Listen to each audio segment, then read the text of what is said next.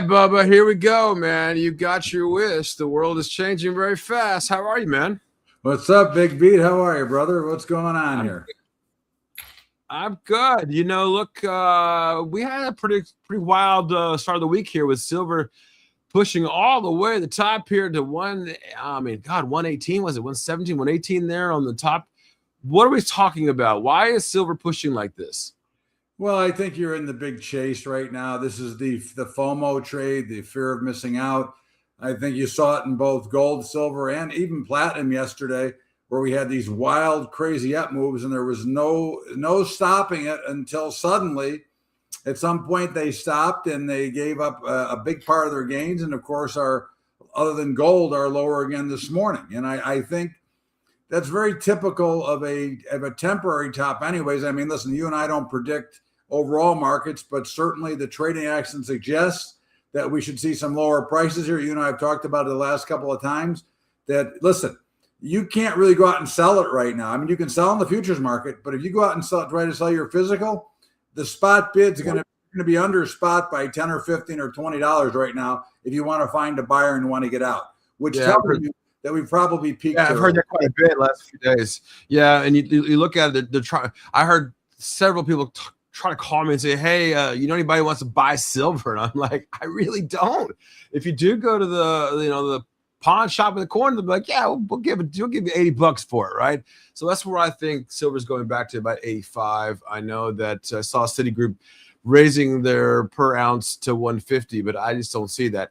You got to talk about it right now. President, the White House says they're going to pull out of Minnesota. Bubba, what's going on in Minnesota that they don't like?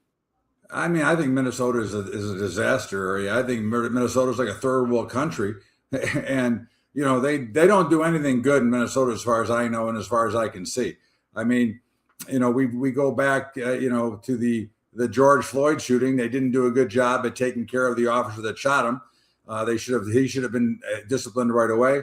And now you have the stealing from the Samayans, all the money going to Al Shaheed that they've taken from the daycare centers and everywhere else, the tax money. I mean, to me, Minnesota is just a total disaster land. Yeah, and you look at Minnesota in general, and it seems that that the majority of the protesters on both sides aren't even from Minnesota. They're not even dressed properly, right? It's cold up there. And we look at the weather around the country. We saw some serious cold, serious snow around the country, and it's been affecting just what you love, futures, right? Natural gas has been through the roof. Is that going to continue? I don't think so. I think you saw it, and I think sometimes these problems come at the exact perfect time if you're a player. And of course, the February natural gas, which went off the board today, traded as high as $7. Okay. The March natural gas never got over $4. So That was one of those issues. If you remember back during COVID, when crude went negative, same deal. They didn't have enough, and people were forced to try to deliver what they didn't have, forcing prices way higher in the natural gas market. I think that the weather story is over. Natural gas resumes back and probably heads back down to the low threes right now, trading at 381. But I would be a seller of natural gas here. Again, this cold front, the whole story, the news is over. So now we get back to normal and supplies are back to normal. So I see no reason to be a buyer of natural gas. I'd rather be a seller. Yeah, I'm thinking about shorting UNG here on this move. Over the last, I would say probably this, I'm looking at the week side of it, but the day side of it from 1050 to 1474 in just a few days. I think you're right. If Nat Gas may get a glut of it again, I might be shorting UNG here with my silver short here too as well. Okay, let's get right to it. Dow down 425 right now. NASDAQ up 237. President says, well, he wants to get rid of Medicare and the payments that we're seeing right now. Is he in the right position here to do this? Well, I think he should. I think the system needs to be revised. I think that, me being on Medicare, it is the doctors are taking advantage of the system. But again, it comes back to the chicken and the egg theory. Did the insurance companies screw the doctors first, or the doctors go after the insurance companies, which Medicare is a form of insurance? But they don't do things the way it should be. They make you come back for multiple appointments so they can get more of their pay. So certainly it needs to be resolved. And of course, you saw the biggest sufferer of this is UNH, which was down about 80 or $90 today, which is obviously the big drag on the Dow right now.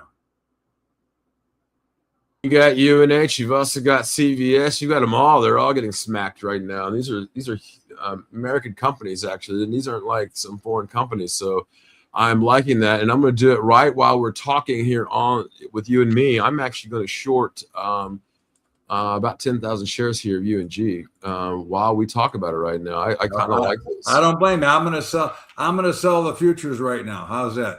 Yeah, I think you're right here. I need to keep my eye tight here because I think that I just sold natural gas futures at 381. Yeah, and I don't really know which. I might even go through just all of them right now. But man, this is, to me, I think you're right. I think, gosh, I think, and I might actually go with KOLD as well. That's the Bloomberg version as well. I'm going to short that, buying 2,000. I'm going to buy 2,000 of that too as well. I think you're right here. Here we are live on the air talking about different futures contracts, but not playing the futures. I like that too as well for those out there that don't just play futures as well. All right, let's get to it. President's going to have a 4 o'clock press conference about the economy. The economy to me doesn't feel so comfortable. Consumer confidence numbers came out this morning, probably the worst since I think now 16 years. How are you feeling about the economy there, Bubba?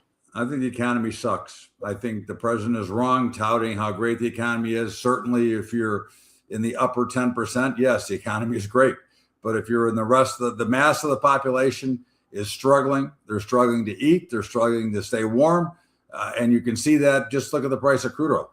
The drop in crude oil is not because we have an oversupply, because there's not enough demand because people aren't driving. And of course, people aren't buying as many goods, so the trucks that are delivering the goods to the stores are not there delivering. So it's a mess. The economy is in horrible shape, in my opinion. I don't think President Trump should be touting how good it is, because when you look at the bigger picture, and the unfortunate part is it's just starting to get worse. It's just starting with the layoffs. You saw Amazon closing their Go stores and their Fresh stores now. So again, more jobs to be lost. This is not going to be a pretty year for the employed, because there's going to be a lot more unemployed when we go through it. And so to tout what a great economy you have, as they say, no bueno. No bueno. I agree. What would you do right now if you would tell the president? What would you do? What are you thinking that would make him go, okay, you know what? I need to do this, this, and this. What exactly would be the first thing you would do if you were president of the United States? If I were president of the United States, the first thing I'd do is try to figure out a way to quit giving away all of the welfare and Medicaid. And not because people don't deserve it, but I think too many people get it that don't deserve it. I think the first thing I think has to be done in government is they have to clean up their books and clean up the way that we give away the taxpayer money. Because again, the government doesn't give the money away. You and I give it away through our payments to the Treasury, to the tax department. And that's the problem, that we're too worried about giving away benefits, especially going into another election cycle, because that's when more benefits get given away than ever to continue to get the vote. I think that they have to clean up their books. I think that if you went through it legitimately with a forensic accountant, from the Federal Reserve to the welfare benefits to all the benefits out there, we could probably wipe out a big percentage of our debt with the amount that is either stolen through false claims and through what the Federal Reserve does, or we could be in much better shape than we are. But nobody wants to do that, because when they look at it, they go, if I clean up Medicare, if I clean up the Social Security, and I clean this all up, I'm going to lose the older people's vote. And that's been the problem for years, because the system is not designed to succeed. Yeah, but he's in a second term though. He doesn't care right now, does he? Well, I think he does. I think he does care about America. I think he looks at it backwards, and I think some of the things he does. I believe that he's one of the presidents that truly cares about Americans. He's just going about it in the wrong way. But part of it is trying to fight through the minutia that happens in Washington, D.C. One man, one person can't change it on his own. Mm-hmm. So you saying he has to play nice with the rest of the people in bureaucracy, although he fires? I think he has to deal with it, but of course we've seen him step out on his own, and he does mouth it off pretty good.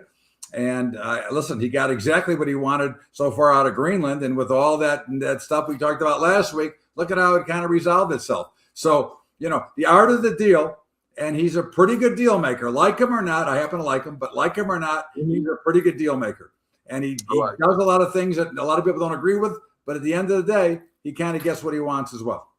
All right, I'm going to give you a chance here next month, end of February. We're going to end the month now. End of February, market up or down from here? I think lower, but I think it's a tenuous prediction, because if we keep with this very light volume, which we continue to see on a day-to-day basis, it's going to be hard to see some selling. But when you just mentioned about Citigroup talking about silver going to 150. When they start making those kinds of announcements, they're telling you they're getting short. They're not buying here. They're just getting short. And I think if we start to see some more bolstering of the economy and things, how good they are, I think that's trying to help these big firms, these big banks get out of positions so that the market can go down without hurting them. Yeah, I agree. All right, those you don't know how, get a hold of Bubba right now. It's Bubba Trades. You have his link right now. Click on the button. Give him a follow. Go see him. And we'll see you right back here on Thursday, Bubba. Thank you, Big Beat. Have a great day, brother. Appreciate you, man.